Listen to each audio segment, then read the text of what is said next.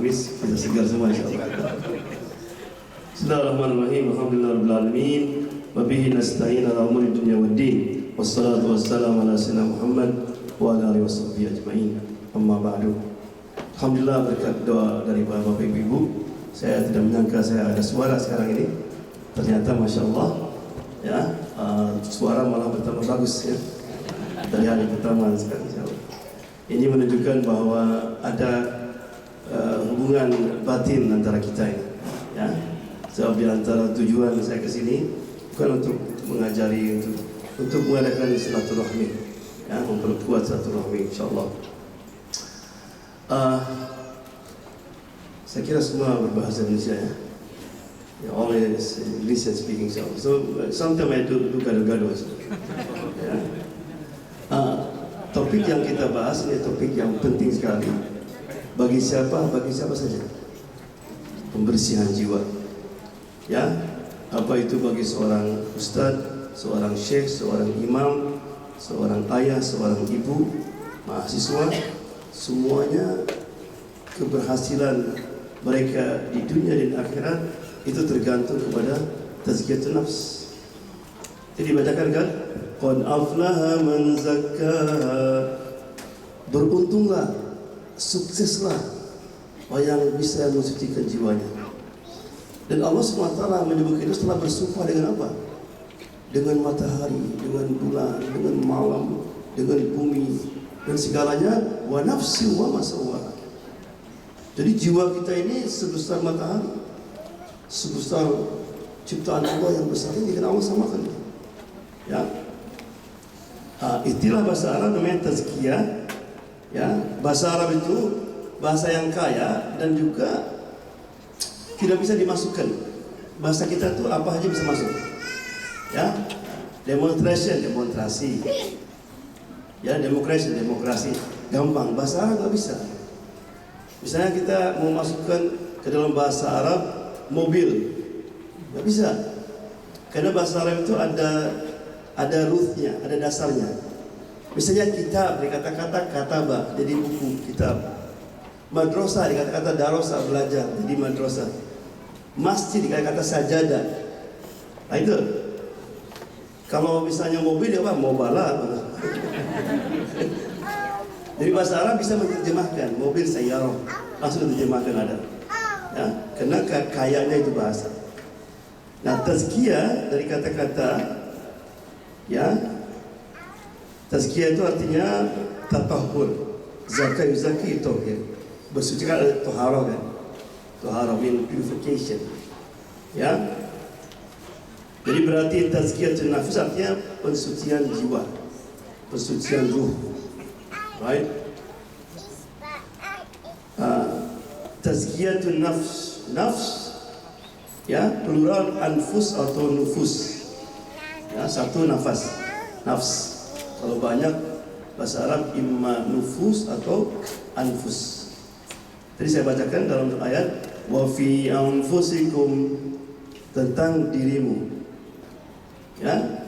Malah ketika Allah mengatakan antara suami istri, wa min ayatihi an khalaqalakum, di antara tanda-tanda kebesaran Allah, Allah menciptakan untuk kamu, istrimu atau suamimu, min anfusikum, dari diri yang sama.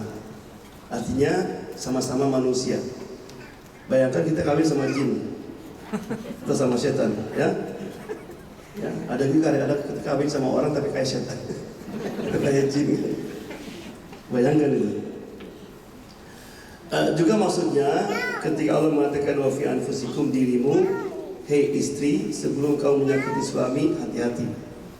Dengan menyakiti suami berarti menyakiti dirimu sendiri. Demikian juga suami.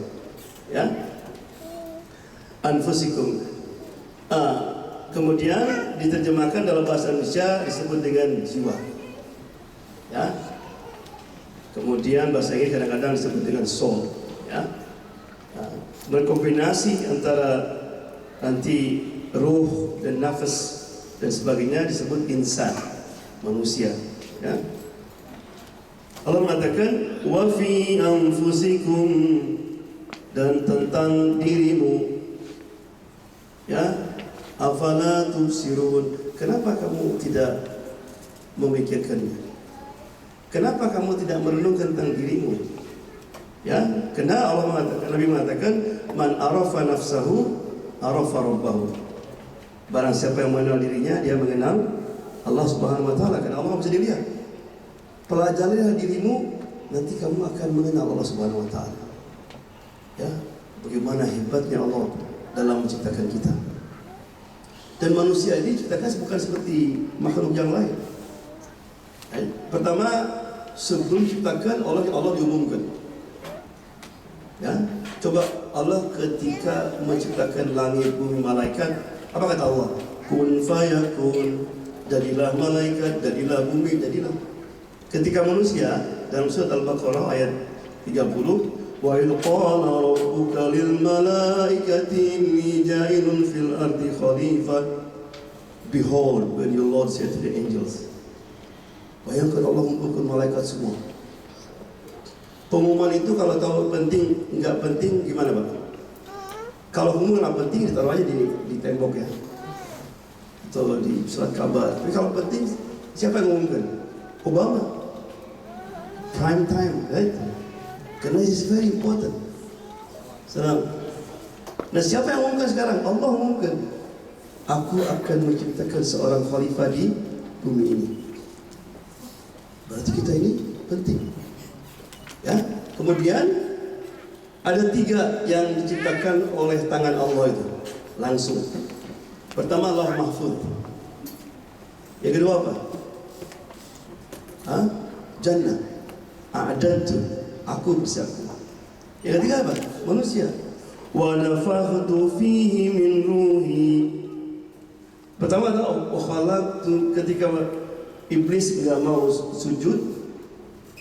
Kenapa kamu enggak mau sujud kepada makhluk? Khalaqtu biyadi. I created him by my hand. Subhanallah. Wa nafakhtu fihi min ruhi. Dan aku tiupkan ruh ke dalam jasadnya. Hai?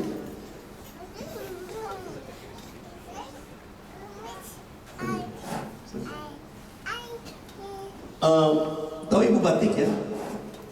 Baju batik. Batik yang mahal itu yang diserang di pabrik atau yang pakai tangan? Pakai tangan. Mahal itu. Hai? Ibu tahu batik itu bahasa Arab sebenarnya. Orang Arab dulu mesen batik. Ya, dulu kan lama, apalagi dulu seminggu belum bisa, 2 minggu, 1 bulan. Kata orang Arab, ini lama sekali, bahasa Arab namanya batik. Ada batik ya. Orang Jawa nggak bisa kan jadi batik. Bahasa jadi Pak Kacang kan, Pak Kaji Muhammad Kacang. Jadi batik katanya. Ya. Manusia dari luar itu gampang. Kita tahu berapa ketinggian kita, timbangan kita, semua gampang kan. Kita hitam putih itu bisa kita lihat. Tapi yang dimaksud di sini manusia dari dalam. Allah mengatakan, laqad khalaqnal insana fi ahsani taqwim. Sesungguhnya kami telah menciptakan manusia dengan sebaik-baiknya bentuk. Dari bentuk yang paling baik adalah manusia. Manusia itu pakai baju apa? Panas banget. Ibu pakai hijab kan panas. Coba kambing kasih hijab. Pakai sarung, tapi kita tahu kan. Kita pakai sarung yang banyak panas. Ya, takwim. Di dalam diri manusia ada namanya insaniyah, kemanusiaan. Ada lagi apa? Hayawaniyah, kebinatangan. Kita punya 2 sifat. Sifat binatang, sifat manusia. Ya, sifat binatang apa? Binatang sebenarnya apa? Makan, minum, tidur. Nah, kita juga punya sifat seperti itu. Ya. Nah, binatang itu mencari apa, Bu? Mencari kesenangan. Bahasa Inggrisnya pleasure, looking for pleasure. Manusia cari apa? Kebahagiaan. Untuk membahagiakan binatang, diapain, Bu? Kasih makan, ya. kasih apa yang diinginkan, itu binatang bahagia. Ya. Untuk membahagiakan manusia cukup dengan makanan enggak? Ya, kadang-kadang orang lapar bahagia. Coba bapak sekarang di airport nunggu orang tua mau datang, kita lapar, makan dulu? Enggak, nanti sampai lihat suami saya dulu. Begitu dia bahagia. Baik. Yang jadi masalah sekarang, kita ini terlalu banyak memperhatikan hayawaniahnya, lupa insaniahnya, sehingga nggak seimbang. Sehingga oleh karena itu manusia dari segi hayawaniah sudah sampai ke tingkat yang tinggi dengan teknologi semua itu. Coba saya tanya, what people doing in Hollywood? Orang Hollywood itu apa? Mencari sesuatu yang bisa memenuhi a pleasure. Makanya Boston bikin film yang baru terus pleasure. Sebab pleasure ini sifatnya apa? Sementara dan nggak pernah puas. Betul nggak? Sementara, coba ibu sekarang sudah makan kan? Sekarang ada orang bawa makan apapun, tapi kebahagiaan itu panjang sifatnya.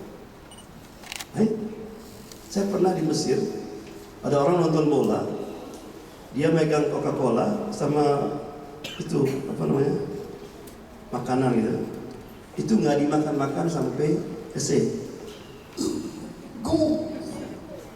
Bahagianya. Sebab kebahagiaan yang tinggi itu apa? Bukan hubungan suami istri, ya, bukan makan minum apa? Apa kebahagiaan tinggi maksudnya? Orang dengan kebahagiaan itu akan lupa semua kebahagiaan. Dengan apa? Anggota badan kita dengan apa? Oh, mata. Wujuhu yawma idzin nadhirah ila rabbiha nadhirah. Nanti muka-muka yang bersih akan melihat siapa? Allah Subhanahu wa taala. Begitu melihat Allah, semua event kebahagiaan surga itu hilang. Betul nggak? Coba pengantin baru, kebahagiaannya mana? Begitu melihat, begitu senyum, ya, Pemambang ketahuan, yes. Memori ya. Nah kita lihat sekarang tentang hakikat manusia, ya. Manusia ini di dalam dirinya punya yang disebut dengan hawa, ya, atau bahasa Arabnya kadang-kadang disebut dengan syahwah, ya. Nah syahwah ini, hawa ini penting, ya. Kadang kalau nggak ada hawa, kemarin ada waktu di Muktamar ada seorang penceramah dari Malaysia, Ustaz Sandi, lucu dia. Maaf ibu saya teruskan, rupanya ada tamu dari Indonesia, tamunya suami istri, tapi istrinya nggak bisa datang, yang datang adalah suami saja, sedangkan yang jemput sudah suami istri. Jadi kata si suami bilang sama orang Indonesia itu, Pak, tak bawa kelaminnya kan? Rupanya istri itu kelamin. Karena orang saya bingung, dia bawa. Baru tahu saya. Kalau yang itu disebut alat kelamin. Kalau kelamin itu artinya, ya, ada orang Malaysia nggak sih? Nggak ada ya. Hawa. Jadi hawa ini penting ya, karena ibu kalau hawa tadi ada makanan kan. Kita lihat makanan gini aja. Kita kawin, habis kawin lihat istri, nggak ada hawa nafsu. Jadi Allah menciptakan hawa untuk itu, supaya kita bisa hidup. Kalau nggak kita mati sudah. Ya. Nah kemudian ada juga disebut dengan nafs. Ya. Nah, nafs itu dari kata-kata nafasa. Nafas itu bahasa Indonesia bernafas. Right? Orang itu hidup karena ada nafas, ada nafsu. Right? Kemudian ada lagi ruh, nanti kita bicara masalah ruh. Apa itu ruh? Kita akan bahas. Ya. Kemudian, nah di hawa ini itu biasanya menjadi makanannya siapa? Setan, iblis. Jadi iblis itu ketika mengganggu, itu yang digerak-gerakkan hawa kita. Betul gak? Kita lagi tidur, as-salatu khairum minan naum. Apa kata iblis? Itu salat kita naum. Itu bahasa Jerman ya. Tidak salat nggak apa-apa katanya. Itu ya. Jadi kita ini punya dua musuh, di dalam dan di luar. Di dalam apa? Hawa nafsu. Apa bedanya dosa yang akibat daripada hawa nafsu dan dosa akibat setan? Apa bedanya? Hawa nafsu itu biasa menginginkan sesuatu yang itu saja. Kalau maaf ini, kalau orang senangnya misalnya ngerumpi, ngomongin orang, itu bukan setan itu. Memang sudah begitu. Itu hawa nafsu. Kalau setan itu nggak penting apa yang kita lakukan, dosa apapun nggak penting. Yang penting berbuat dosa. Itu bukan setan. Ya? Jadi orang yang ke disco, yang minum itu bukan setan itu. Memang sudah hawa nafsu yang senang itu. Menyenangi sesuatu yang terbiasa, itu hawa nafsu. Malas, tidur terus, itu hawa nafsu. Relax, itu hawa nafsu. Nah, ketika hawa nafsu ini mulai menurun, kita mulai agak sadar, setan ikut masuk. Apa tugasnya? Diperindah. Kita tergoda oleh hawa nafsu sehingga kita membohong sama suami misalnya. Merasa dosa, setan datang, nggak apa-apa, kalau nggak bohong bahaya nanti. Kan gitu. Itu bukan bohong, itu you are smart. So, setan tuh memperindah, merubah nama kadang-kadang. Nah, itu ya haram, tapi haramnya bukan besar tuh, haram sedikit. Itu setan. Itu tazyin ya, memperindah. Maaf ya, kadang-kadang ada seorang perempuan kita ketemu tiap hari, kita nggak ada hawa nafsu, ya. Tapi lama-lama itu oleh setan digoda sama nafsu itu. Itu perempuan tadi yang nggak begitu indah, cantik, tadi nggak cantik, stop. Betul nggak? Ya, Pak Helmi ketawa.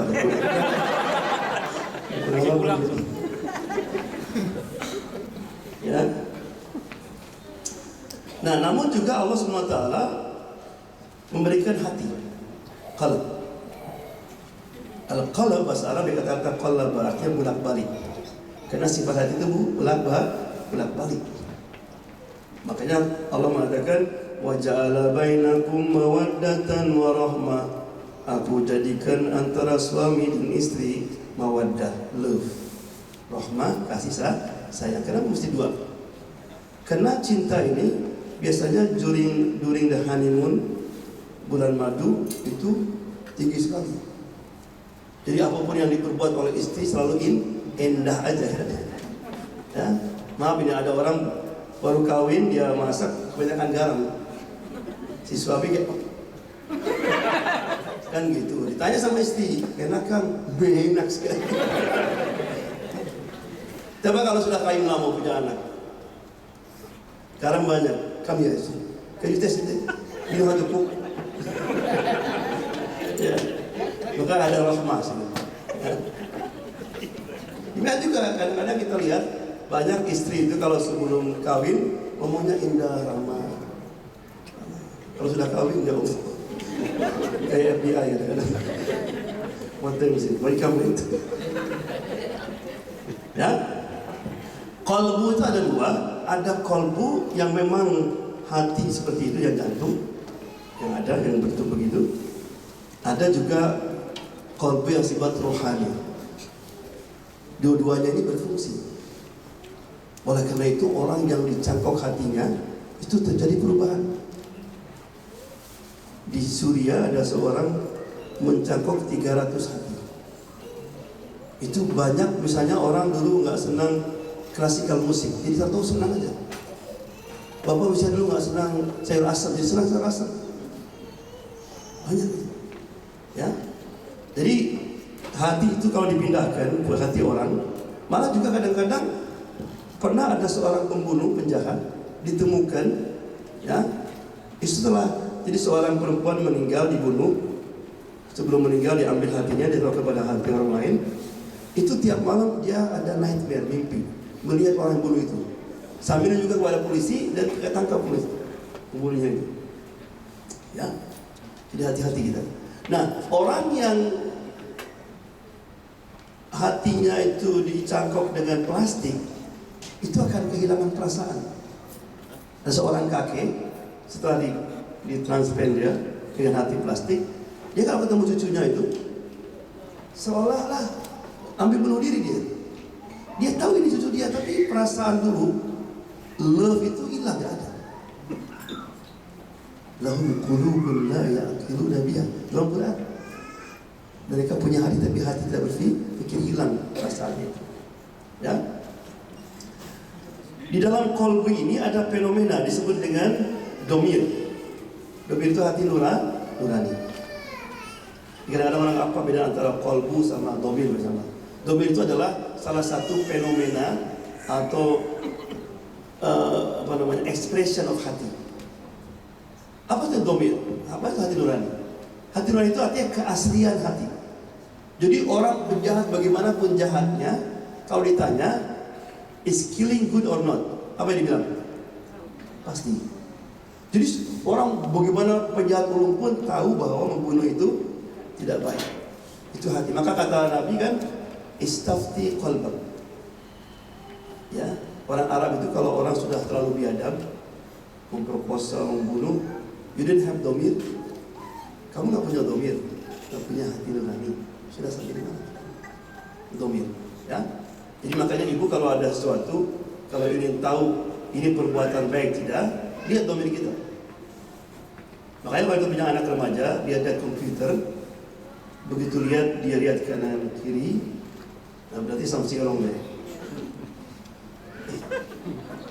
Atau kita juga lagi nonton domir, itu domir. Karena Allah SWT menentukan domir itu. Yang kedua dengan fuad, ada yang nama fuad di sini. Fuad itu kalau orang mengekspresi perasaan cinta. Maka kalau orang mengatakan ya fuadi, ada lagu itu, fuadi, jantung hati, fuad. Ya, fuad. Makanya Allah nanti akan ditanya itu fuad, karena fuad lah nanti yang mengekspresi itu, benci, cinta. Inna sama wal basara wal fuad. Inna sama, pendengaran, penglihatan, dan fuad akan dipertanggungjawabkan. Karena ketika kita mengatakan I love you, I hate you, itu dari mana? Dari fuad. Hati-hati, ya.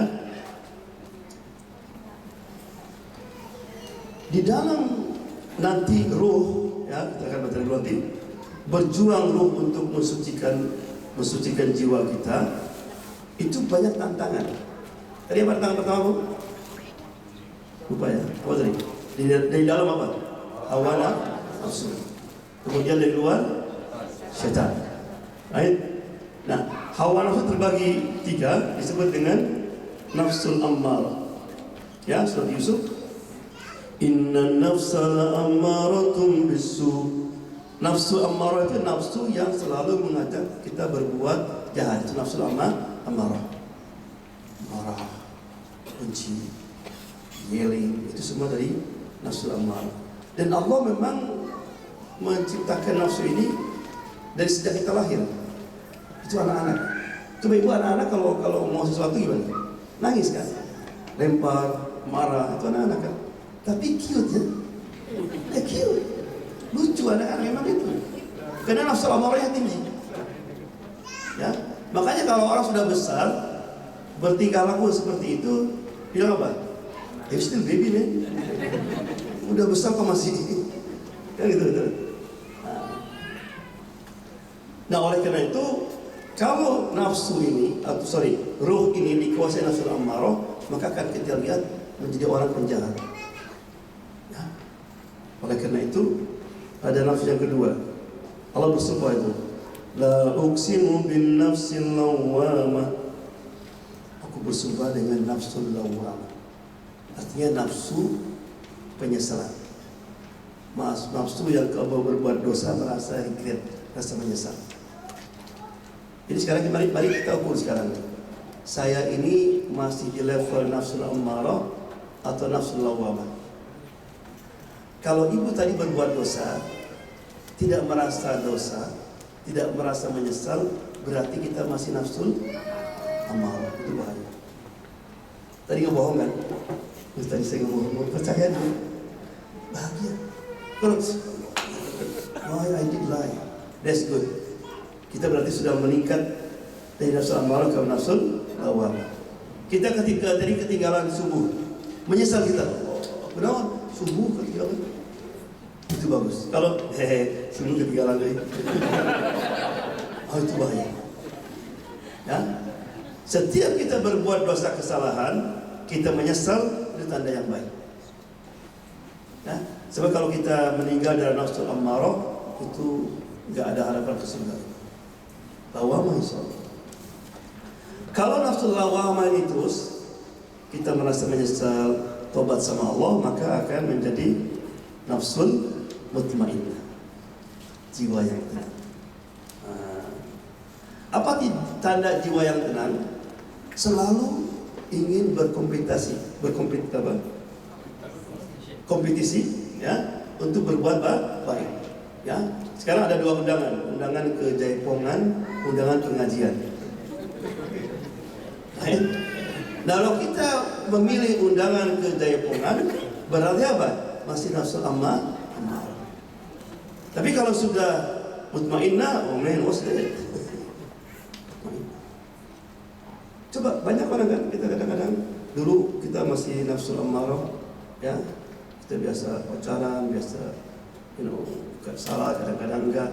Setelah kita mulai sadar dekat sama Allah, kan, itu ketika kita melihat kawan-kawan yang berbuat seperti kita dulu, apa yang timbul? Kesal. Dulu saya ada orang dulu kalau ngomong masalah bola, masalah football sampai berjam-jaman. Setelah dia kembali mengenal Allah Subhanahu wa taala, oh man, why they wasting their time? Padahal dia dulu berbuat kan? Itu tandanya apa? Dia sudah naik nafsul mutmainnah sekarang. Ketika meninggal, Allah mengatakan apa? Ya ayyatuhan nafsul mutmainnah, irji'i ila rabbiki radiyatan mardiyah, fadkhuli fi ibadi, wadkhuli jannati. Ketika meninggal, itu ruh al-mutmainnah itu akan disambut oleh ruh-ruh yang lain. Makanya ibu ke dalam Quran kan, kalau orang sebelum orang meninggal itu akan timbul namanya review semua film kita dari mulai kita balik. Makanya orang kadang meninggal gini. Jadi bayangkan perbuatan dosa ketika umur 16 tahun, 17 tahun, kalau Allah diulang itu. Kemudian lagi kita ke Mekah lagi, tawaf lagi, dan semua berbuat kali ini. Nah, kalau kita memang sudah bertobat, nanti Allah hapus tuh. Ini besar. Ini untuk menunjukkan bagaimana kemurahan Allah SWT. Dosa yang sedemikian banyak, kamu kemudian tobat, aku hilangkan ini. Malah nanti hari kiamat katanya, ketika orang di surga, itu Allah akan ketemu kita face to face tadi. Kata Allah, remember when you are in this, right? Ketika malam minggu, you do this and this. You went to disco, man. Allah sebutkan semua dosa kita, sehingga hamba itu gemetar. Allah, bukankah engkau sudah ampuni? Kata Allah, ya. Kenapa Allah nyebutkan itu? Untuk menunjukkan bagaimanapun dosamu seperti itu, lihat, karena kamu berubah hidupmu, kamu sekarang berada di sini. Ya, sengaja Allah SWT. Makanya nanti gini, kalau orang mau ke surga itu lewat apa? Siratal mustaqim. Di bawahnya apa? Neraka. Kenapa Allah SWT tidak bikin jalan freeway yang nggak lewat dulu, motong gitu? Karena bagi seorang mukmin kalau jalan motong nggak lihat neraka, mungkin sampai di surga, mungkin dulu tuh nggak ada neraka ya, capek-capek salat. Bagi semua di sini, itu ketika kita lihat saja lewat, astagfirullah, alhamdulillah. Look at my friend is there. Jadi Allah mengatakan faman zuziha